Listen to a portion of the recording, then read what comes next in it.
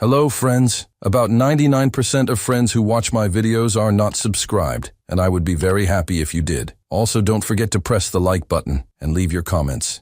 Your interaction makes the content reach everyone and helps the channel grow. Also, let me know in the comments from which country you are watching the video.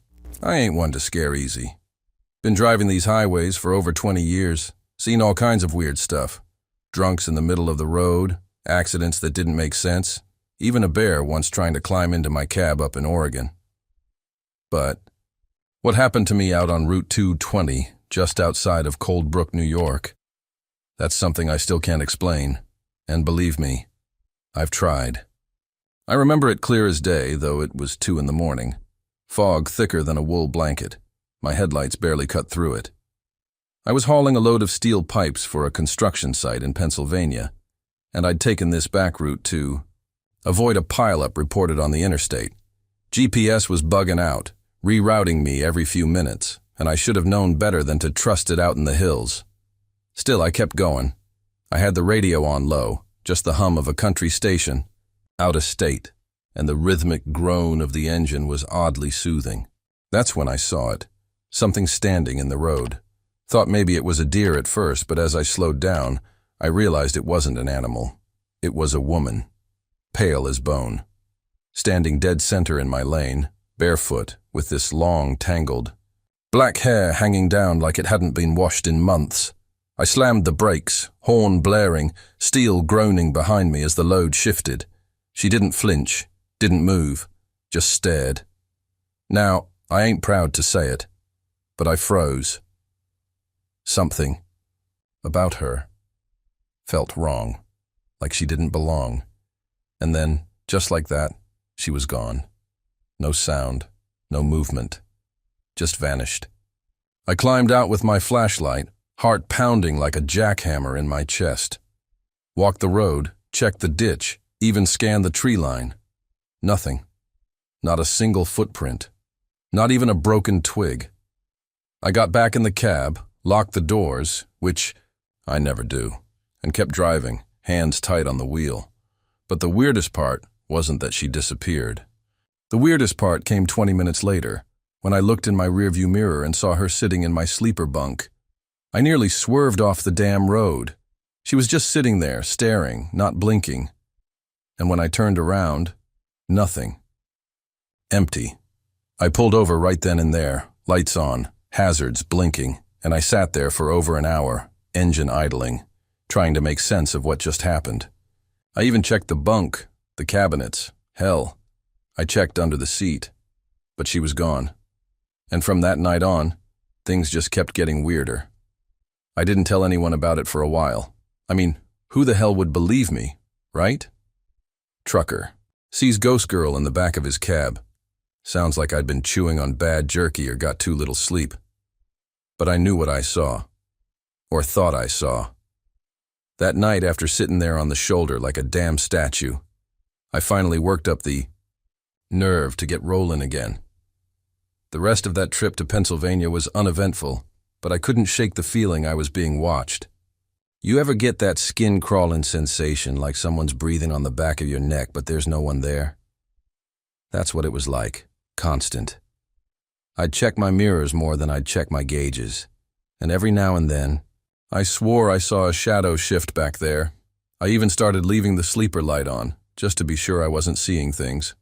But here's where it really got messed up. I started having these dreams. Nightmares, actually. Real vivid ones. I'd be driving in pitch black, no stars, no moon, just the road and the rumble of the truck, and I'd hear whispering from the sleeper.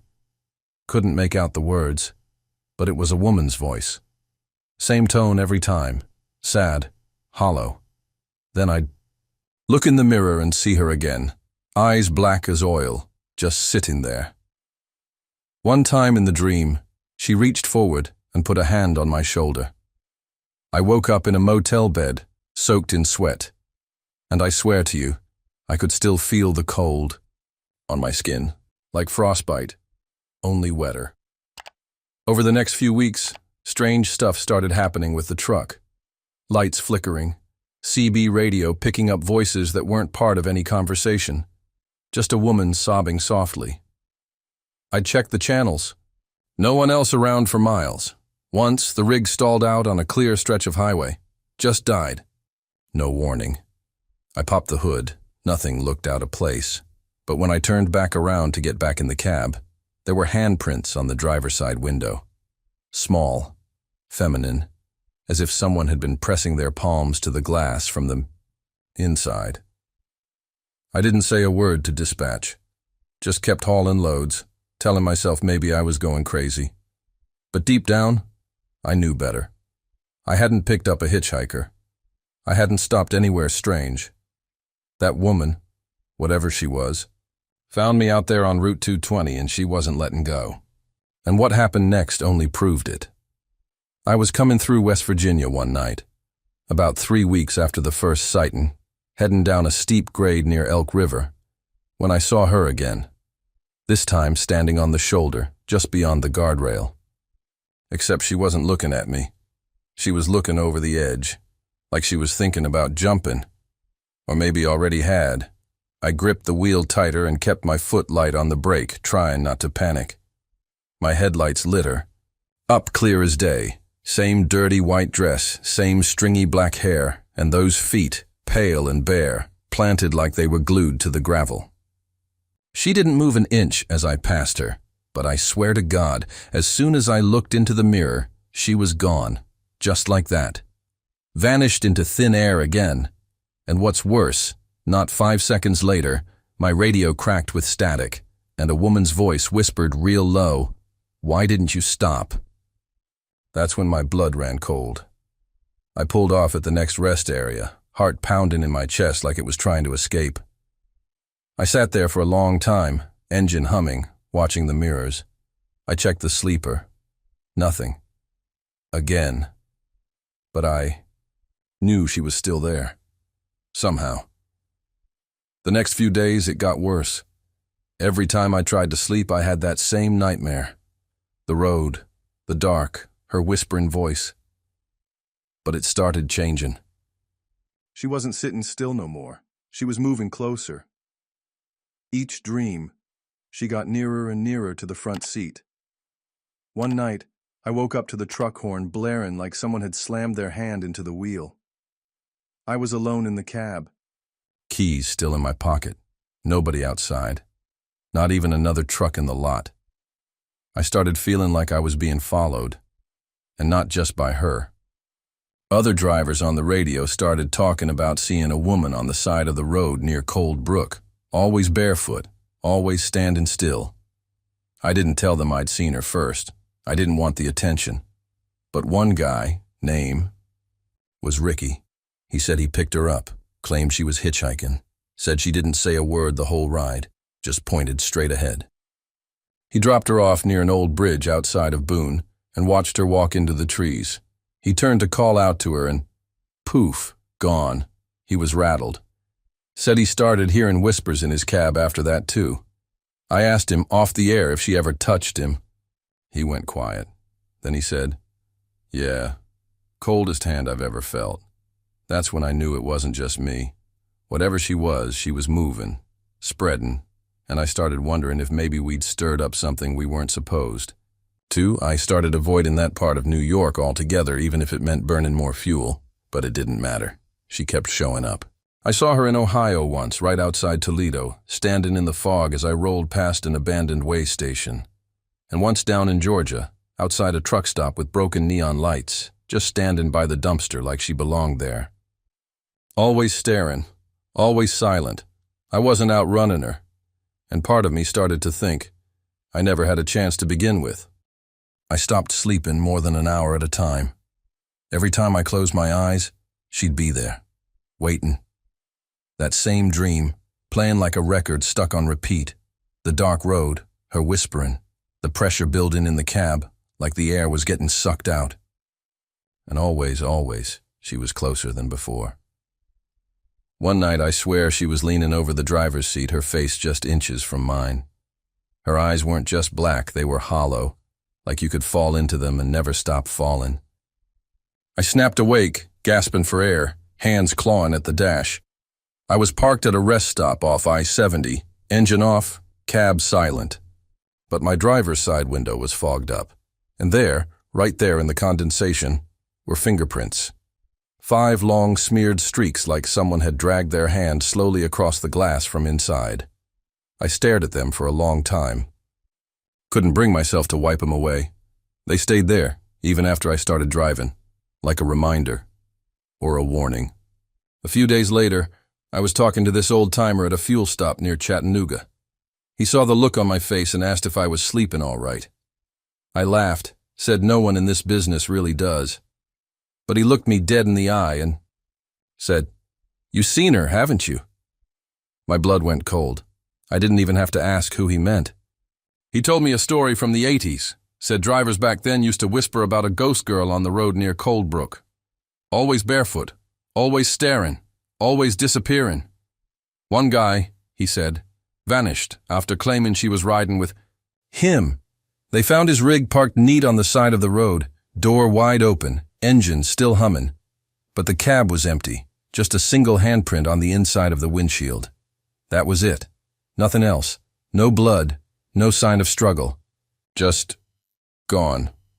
I asked him what he thought she wanted. He shrugged and said, "Maybe she ain't got nothing left but the road." That line stuck with me. Still does. I started feeling like maybe I wasn't haunted by her.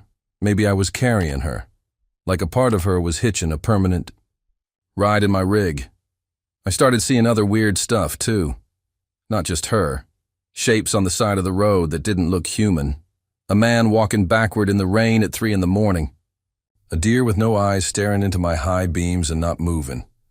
Like something about driving at night had opened a door, and now all this darkness was pouring through. But she was always the constant, always showing up when I least expected her. Like that time in Arizona, desert stretch, no one for miles, and I saw her standing in the middle of the road again. I didn't stop. Couldn't. I drove right through her. Didn't feel a bump, didn't hear a sound. But when I checked my mirror, she was sitting in the back again, watching, smiling this time. That was new. And somehow, worse. I'll never forget that smile. It wasn't warm. It wasn't kind. It was the kind of smile that don't reach the eyes, the kind you see on a person who's done watching you squirm and is ready to move on to the next step, whatever that might be. I felt this chill, like ice water trickling down my spine, and suddenly the cab didn't feel like mine anymore. It felt borrowed, invaded, like I wasn't alone in there and hadn't been for a long time. I kept driving, eyes locked on the road, telling myself over and over, "You're tired, that's all. You're tired." But I couldn't shake the feeling that she wanted something. Not just a ride, something more. That night I pulled off at a way station that had been shut down for years. Roof caved in, windows busted, vines growing through the cracks, but it had enough space for me to park and breathe. I stepped out of the cab, lit a smoke, and just stood there staring into the trees, hoping maybe getting out would shake the feeling. But the air felt wrong, heavy, like the woods were holding their breath. That's when I heard it. Footsteps. Light, barefoot behind me. I spun around fast enough to make my boots skid on the gravel, flashlight up, but nothing was there. Just my truck, idling quietly like it hadn't just carried a damn ghost across state lines. But then the radio came on. I hadn't touched it. The volume eased up real slow, like a hand was turning the dial.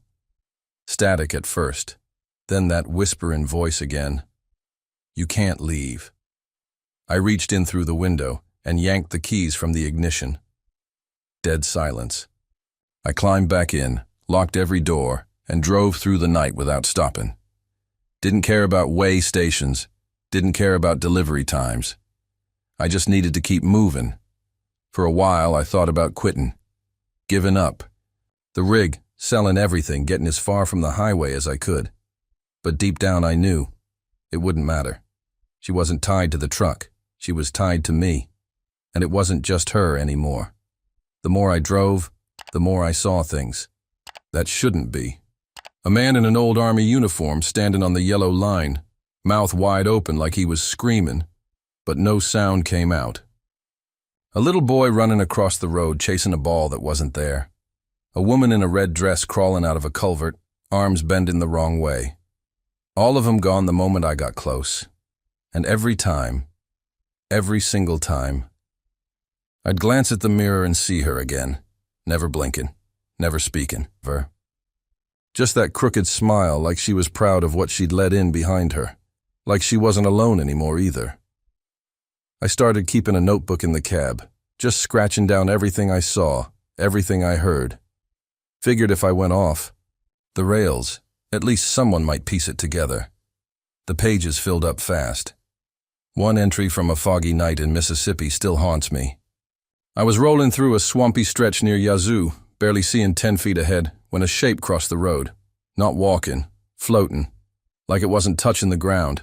It moved slow, deliberate, like it knew I was watching. I slammed the brakes, hard in my throat, and just stared. My headlights caught a pale figure, tall and thin, with no face, just smooth skin-colored nothing where features should have been. It turned its head anyway, like it saw me, and then it melted back into the trees, leaving behind this awful stench, like burnt hair and sour milk. I sat there, idling on that back road, wondering if maybe I'd finally lost it. But when I reached for my notebook to write it down, it was already there, dated, described, word for word what I'd just seen. But I hadn't written a damn thing. The pen was still in the glove box. That's when I really started losing sleep.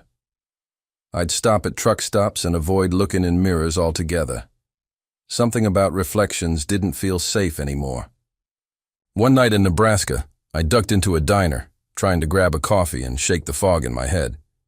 Waitress came over, took my order. But when she brought the cup back, she looked at me real funny and said, "She's waiting for you outside." I froze. "Who?" I asked, voice barely holding together. She just shrugged, like she didn't know why she'd said it, like the words weren't hers. I ran out to the lot, empty, no one there.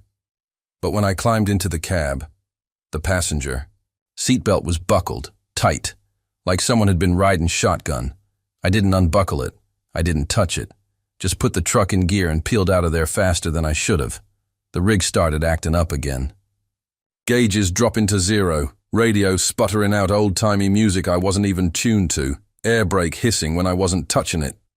I had a mechanic check it all out, and he said, "You sure this truck wasn't underwater at some point? 'Cause the wiring's acting like it drowned." I didn't know what to say to that.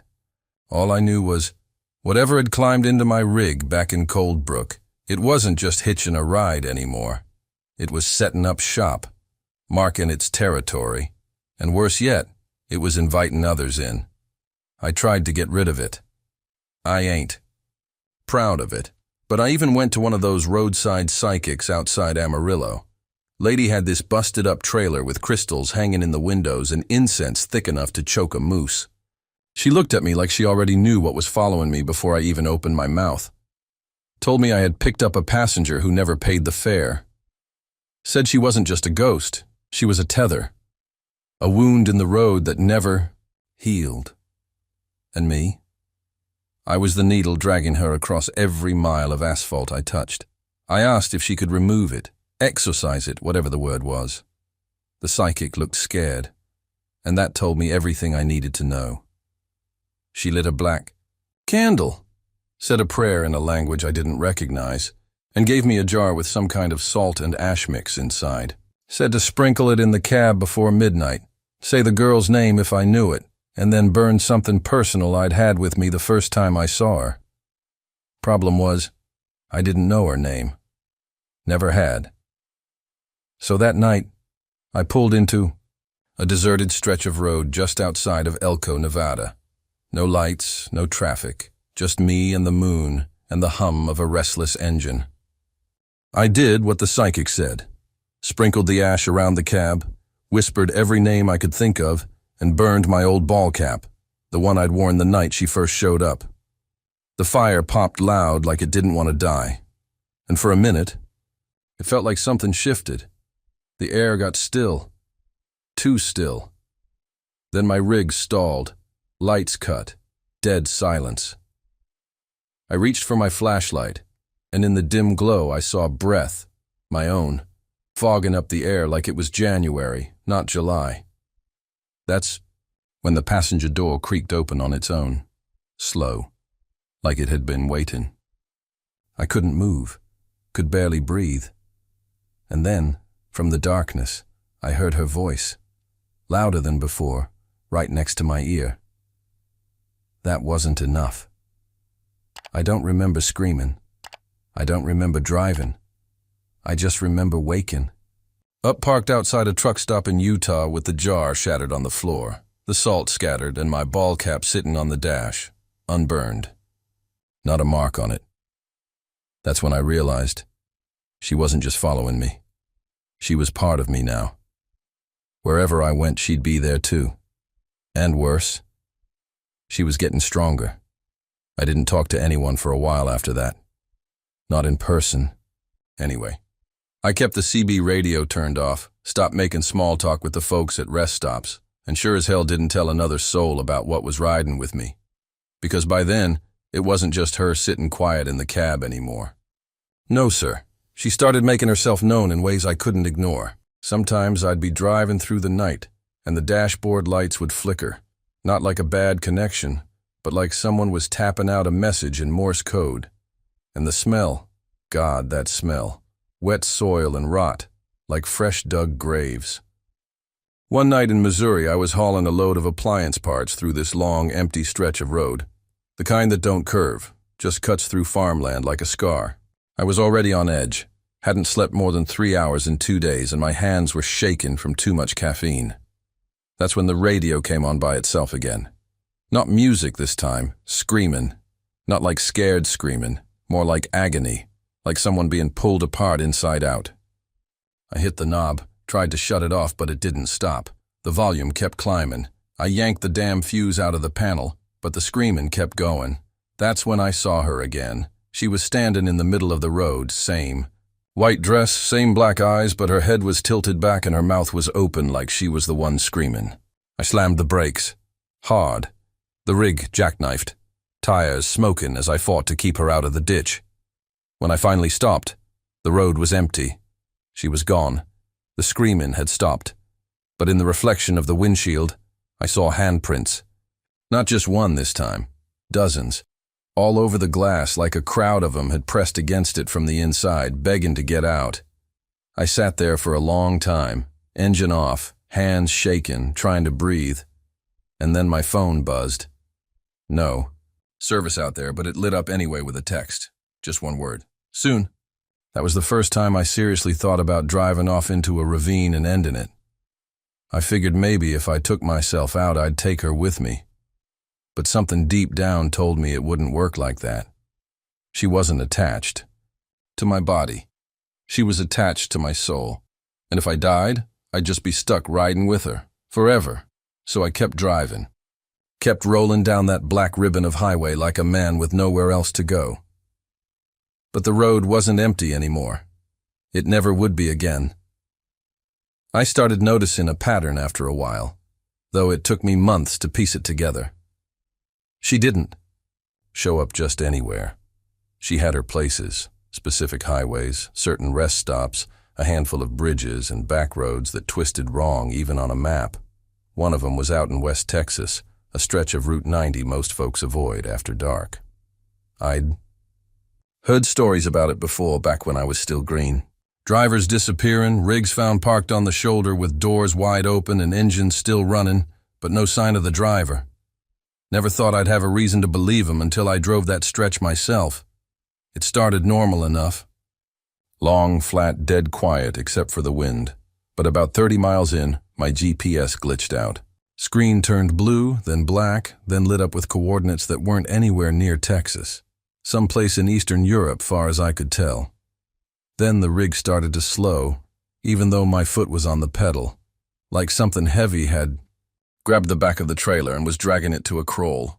I looked in the mirror and nearly swerved off the road. There was someone clinging to the back of my trailer, Pale, naked, long limbs stretching unnaturally, head tilted upside down so their eyes, dark, hollow, locked right onto mine. I punched the gas, but the rig didn't speed up. It just groaned like it was fighting gravity itself. Then the whisper started again. This time, not just in my ears. They were in the speakers, the floorboards, even the damn glass. Like the whole truck was speaking in tongues. I gritted my teeth, gripped the wheel, and screamed, "You want me? Then take me." And for the first time, everything stopped. Silence. Absolute silence. I coasted for maybe a mile before the truck finally picked up speed again. But when I looked in the rearview mirror, there was no highway behind me. Just black, not night sky, not trees. Just a void, like the road, had vanished. I didn't stop until I hit a gas station near Marfa, and I damn near kissed the concrete when I got out of the cab. But the cashier just stared at me when I walked in, said, "You just come from that stretch?" I nodded.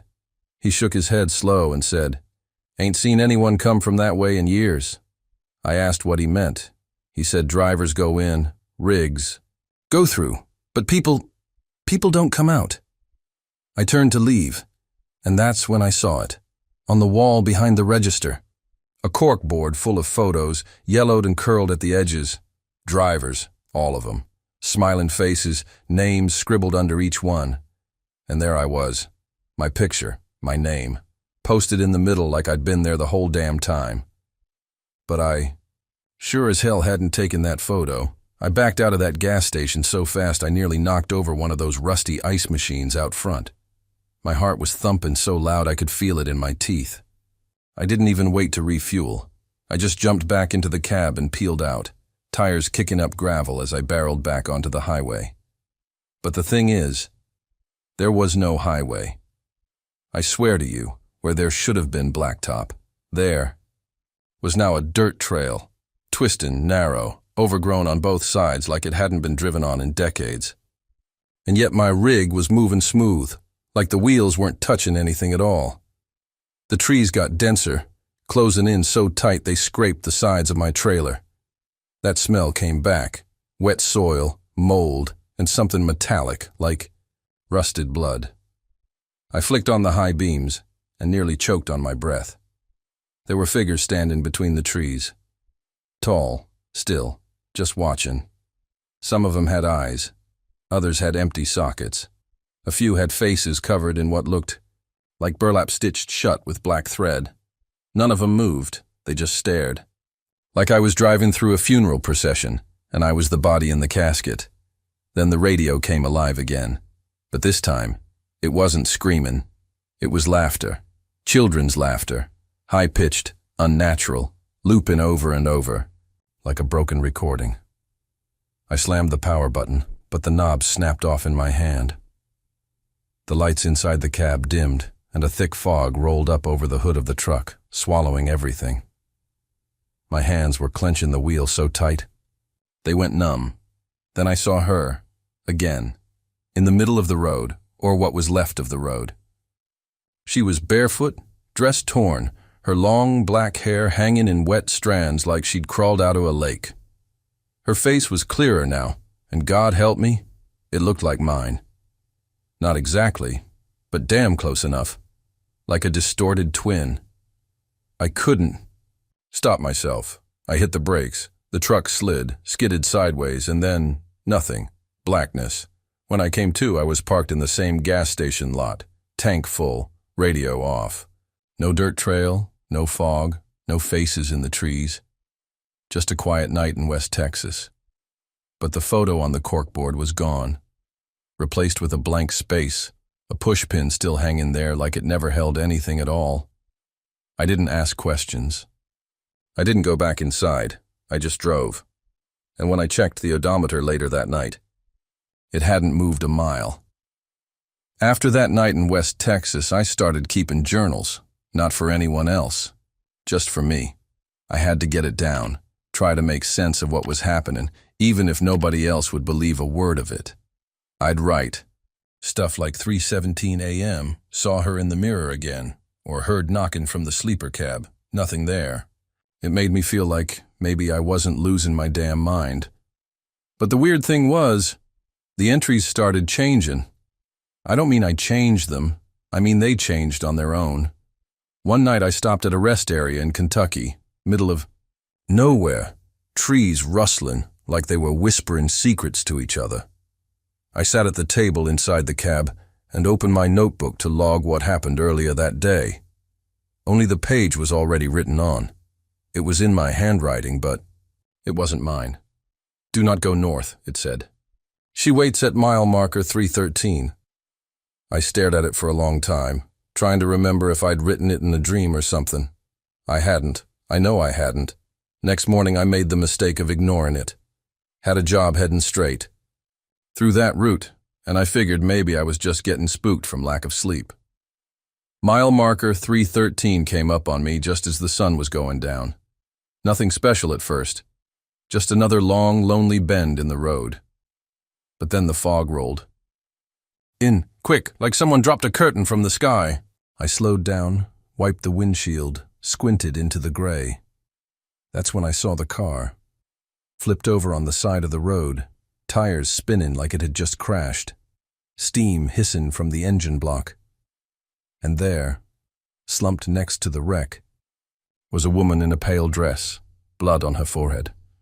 I grabbed the radio to call for help, but the line was dead. Not static, just silence. No dial tone, no hum, nothing. I stopped the truck, jumped out, and ran toward her, yelling, "Hey, you okay?" But the closer I got, the colder it got. So cold my breath came out in thick clouds and my fingertips started burning. I reached her, and she looked up at me. It was her, the same girl, the one who'd been haunting me all these months. Only now she looked normal, human, scared, real. "Help me," she whispered. "He's still out there." Before I could ask who, I heard footsteps in the trees behind me. Heavy, slow, deliberate. I turned, and for a second, I thought I saw something. Huge. Tall as a semi, arms too long, body covered in what looked like old road tar and barbed wire. But when I blinked, it was gone. I turned back to the girl, and she was gone too. No car, no wreck. Just tire tracks in the mud and my own footprints leading to nothing. I jumped back in the cab and locked the doors, heart hammering like it was trying to escape my chest. The silence inside the truck was suffocating. No engine hum, no radio buzz, just my own breathing and the sound of the blood rushing in my ears. I turned the key to fire her up, but nothing happened. No click, no grind. Dead. My lights were off, dash dark, everything just still. Then the smell hit me again. That thick, sweet rot, like something left to die in a wet ditch under the sun. I looked in the mirror. Nothing there. Looked out the windshield, and that's when I saw her sitting in the passenger seat. She wasn't looking at me this time, just staring out the window like she'd always been there, like she belonged. Her hair hung wet over her shoulders, dress clinging like it was soaked. I didn't say a word, didn't move. I just sat there, feeling the cold seep into my bones. Then she whispered, soft and calm, "Don't go back." Her voice wasn't angry or mean, it was tired. Worn out, like she was barely holding on to whatever thread was keeping her here. I finally found the strength to speak. I asked her, "Back where?" She didn't answer, just turned her head slow, those empty eyes locking onto mine. "You were supposed to die there." My throat tightened. I couldn't even swallow. "Where?" I asked again. And she said, "Mile marker 313. That's when it clicked. The crash. The wreck I saw. The warning in my notebook. I wasn't just being haunted. I was being chased. Chased by fate. By death itself. Maybe that crash had happened in another timeline, another thread where I didn't stop in time. Maybe I had died, and this, all of this, was what came after. Some limbo where the road never ends and the ghosts ride shotgun. I blinked, and she was gone. The dash lights flickered back on, engine roared to life, and the radio crackled with static before tuning into some old country song I hadn't heard in 20 years. I drove. I didn't stop, didn't sleep, didn't talk to anyone for a long while. And every time I passed mile marker 313 again, and I did, more than once, I made damn sure not to look. Not to slow down, not even to breathe, because I knew what waited there, and I knew she was still watching, still riding with me. Only now she wasn't the only one. No, sir, not by a long shot. I started noticing more of them after that. Not just her, others. Sometimes in the corner of my eye, sometimes standing dead center in the road till I swerved and nearly jackknifed. I'd pull over breathing hard, swearing I saw someone standing there, but there'd be nothing. Just empty air and the sound of my own heartbeat slamming against my rib cage. One night, I was hauling through the Nevada desert, pitch black stretch of highway with no lights for 50 miles either way. I'd been driving for hours, chugging black coffee and listening to old George Jones tracks trying to keep my eyes open. That's when I saw it, a motel, out of nowhere. Big neon sign that just said rest, all caps, no vacancy light. Looked like one of them 1950s style joints, real retro. Only thing is, it wasn't on my GPS, nothing was. Whole screen was just a swirl of colors like oil on water. I figured maybe exhaustion had finally won, maybe my brain was making stuff. But I needed sleep bad, so I pulled in. Gravel lot crunched under the tires as I parked the rig off to the side. Place was dead silent. No cars, no other trucks, not even a damn cricket. I walked up to the front office, pushed the door open, and this little bell above it jingled like I'd stepped into a movie scene. And there was this guy behind the desk. Old, wrinkled, wearing a white button-down and a vest like he hadn't changed clothes in 50 years. He didn't look up, didn't even blink, just slid a key across the counter and said, "Room 6, I didn't ask questions." I was too tired. I took the key, shuffled to the room and opened the door. Inside was this perfectly clean, perfectly preserved space. Looked like a museum exhibit. Wood paneling, floral bedspread, even one of them box TVs playing static. I sat down on the edge of the bed and just listened. The air had this hum to it. Not from the TV or a fridge, just the walls, like the whole room was vibrating softly.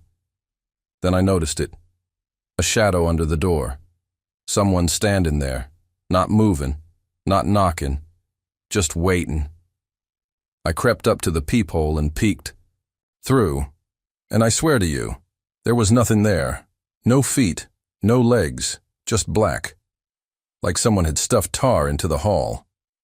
I backed away, heart racing, and that's when the lights went out. Total blackout. Couldn't even see my hands, but I heard her, whispering in the dark, not angry, not mournful, just saying the same thing over and over.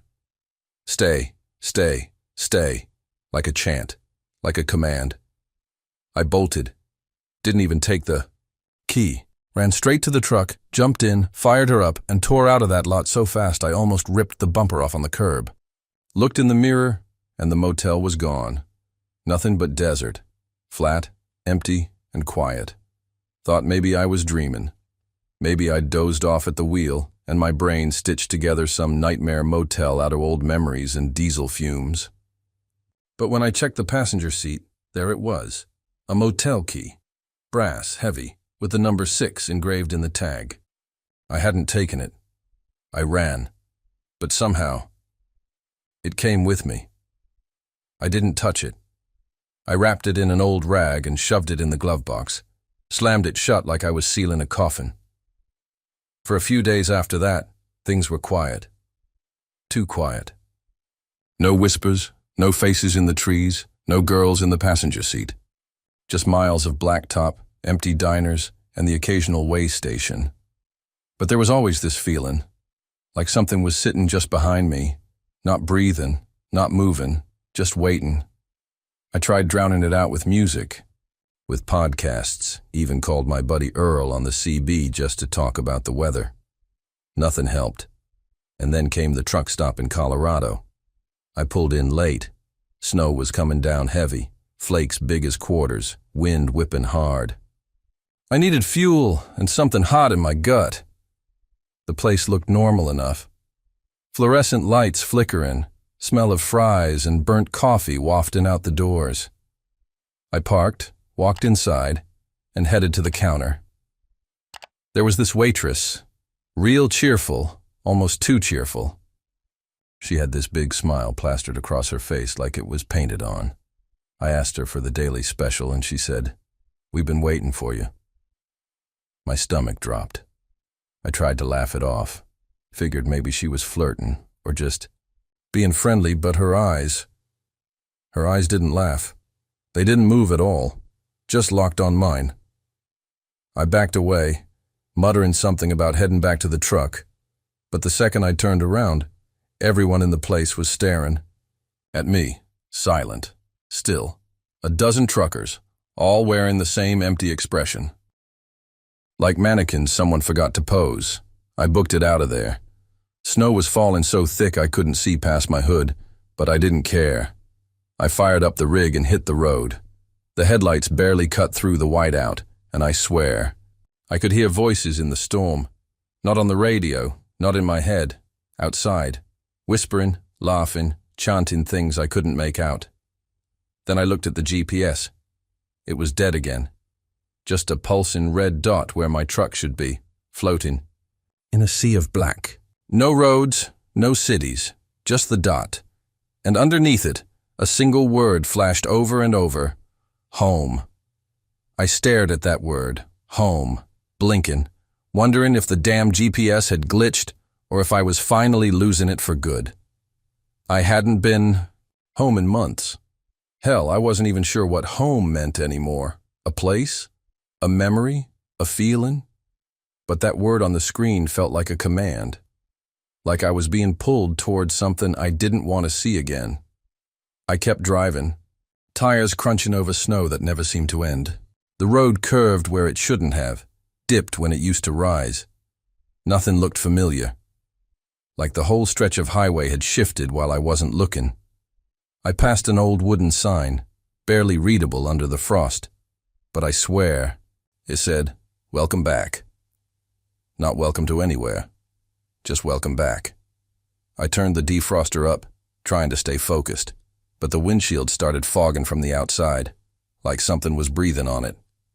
I wiped it with my sleeve. Looked ahead, and that's when I saw them, shapes, dozens of them, standing along both sides of the road, perfectly still. Looked like people at first, maybe travelers stuck in the storm, but they didn't move. They didn't flinch, just stood there, all facing the road, like they were watching a parade that hadn't started yet. My lights passed over one and I nearly slammed the brakes. It was me, my own face, same beard, same cap, same tired eyes. Only this version of me had no mouth, just smooth skin where lips ought to be. Another one wore my old leather jacket. Another had a slice across its throat, like someone had tried to shut it up for good. I jerked the wheel and sped up, tires sliding. In the snow, eyes locked forward. I didn't want to know how many more versions of me were out there, standing in the dark, waiting. The road narrowed. Trees grew closer. I felt boxed in, like the forest itself was leaning toward me, whispering. Secrets through the cracks in the bark, and then, without warming, the snow stopped. Just ended. No fade, no melt. Just gone. The air was still, dead still. I looked behind me, white out, looked ahead. Clear two-lane stretch, stars shining bright, moon hanging low like it was trying to listen. And there it was, the house. My childhood house. Sitting in the middle of nowhere, right beside the road like it had been built overnight. Porch light on. Door cracked open. I hadn't seen that place in over 20 years. Burned down, far as I knew. But there it was, like a trap someone laid with memories in moonlight. And inside, I could hear her voice. My mother's voice. "Come inside, baby. It's cold out there." But Mama's been dead since '98. I didn't want to believe it was her. Couldn't be. Mama was buried back in Arkansas, in the red dirt under that old weepin' willow where she used to sit and hum gospel songs on summer nights. But that voice, it was hers, soft and syrupy, the kind that could hush a storm or stop a boy dead in his tracks when he got too rowdy. "Come on in now," she said again, sweet as sugar and twice as thick. "Supper's ready." I sat frozen, in the cab, hand hovering over the ignition, engine still running low like it was afraid to wake up whatever was waiting in that house. I knew I shouldn't go. Every instinct I had, every gut-wrenching twist in my stomach told me this was wrong. But you gotta understand. When you've been on the road long enough, seen the things I've seen, lost the folks you loved, sometimes you want to believe the impossible, even when it's dressed up like a memory. I stepped out into the night, gravel crunching under my boots. Air smelled like honeysuckle and wood smoke just like it used to. I walked up those old porch steps, feeling like I was stepping backward through time. The screen door creaked when I opened it, and inside was Mama, looking just like she did the last Christmas we had together. Apron on, hands dusty, with flour, table set for supper, fried chicken, greens, mashed potatoes, the works. She smiled at me, arms outstretched. "You're just in time, baby," she said. And for a second, I wanted it to be real. I wanted to sit down, eat, pretend the road and the ghosts and the blood on my hands didn't exist. But then I saw the mirror over the fireplace. And in the reflection, she wasn't smiling. She wasn't even human. Skin gray and stretching like plastic over a skull too long for its head, eyes black as tar and mouth stretched into a gash of teeth too sharp. For a woman who once sang me lullabies. I stumbled back, knocking over a chair. The house groaned, the lights flickered, and suddenly, her voice wasn't Mama's anymore. It was all of them, whispering through the walls, through the floorboards, through my goddamn bones. "You never left," they said. "You died on the road. This is where you belong." I ran, barely made it out that front door. The second my boots hit the gravel, the house let out this scream, like wood tearing, like 1,000 voices crying at once. I jumped in the truck and floored it, tires spitting rocks as I peeled away. Didn't look back. Couldn't. Not if I wanted to keep my mind. And when I looked in the mirror, the house was gone. Just trees and stars and a road that didn't end. I kept driving long into the night, eyes glued to the road, knuckles white on the wheel, heart pounding like a war drum in my chest. I didn't care where I ended up, just as long as it was. Far from that damn house and the thing wearing Mama's face. I passed mile marker after mile marker, but none of them made sense. They weren't in order. Some were upside down, and others were blank like the numbers had been scratched clean off. Every so often I'd check the mirrors, half expecting to see something chasing me down the highway. But there was nothing. Just that long stretch of blacktop behind me, empty and quiet. Too quiet. Then around 4 on in the morning, I saw headlights up ahead. First real sign of life I'd seen in hours. Thought maybe I was finally coming back to civilization. I eased off the gas a little, truck humming as I got closer. But when I pulled up beside the other vehicle, my stomach flipped. It was a truck. Just like mine. Exactly like mine. Same paint, same stickers on the back, even the same crack in the passenger side mirror. I slowed down, rolled window to window, and when I looked over, I damn near lost it. The man behind the wheel was me. Same hat, same beard, same dead-tired eyes, only he wasn't driving. He was staring straight ahead, hands limp at his sides, mouth hanging open in a silent scream. His truck veered off into the shoulder and disappeared like a puff of smoke. Gone. Just gone. That's when I realized I wasn't outrunning anything. I wasn't being chased. I was being followed. Followed by echoes, by shadows, by versions of me that didn't make it. Every town I passed that night was empty. Stores wide open, lights flickering, gas pumps running on their own, radios buzzing static, with whispers hiding in the fuzz. One time I heard a voice say my name, real soft, almost tender, like it was trying to tuck me in for a final sleep. I ignored it, just kept driving. And then I saw the sunrise. First light I'd seen in what felt like a lifetime. Painted the sky orange and gold, stretched across the horizon like the road itself was waking up after a bad dream. And as soon as that sunlight hit the cab, the weight lifted. The whispers stopped. The cold left my bones. I pulled off at a rest stop, an actual normal one this time. Coffee machine humming, other truckers nodding at me like I was just another face in the crowd. I sat on the hood of my rig, sipped my coffee, and let the light warm my skin. And I realized something. The road don't just take you places, it shows you things. Things you're running from, things you buried deep, things you never wanted to see again.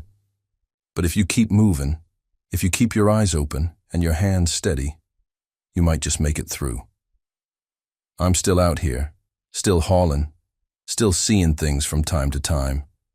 A face in the mirror, a voice on the CB that shouldn't be there. But I don't stop no more. I don't look back. And if you ever find yourself driving a lonely stretch of highway in the dead of night and you hear someone whisper your name from the back seat, don't answer. Just keep driving. Trust me, I've seen what waits when you stop.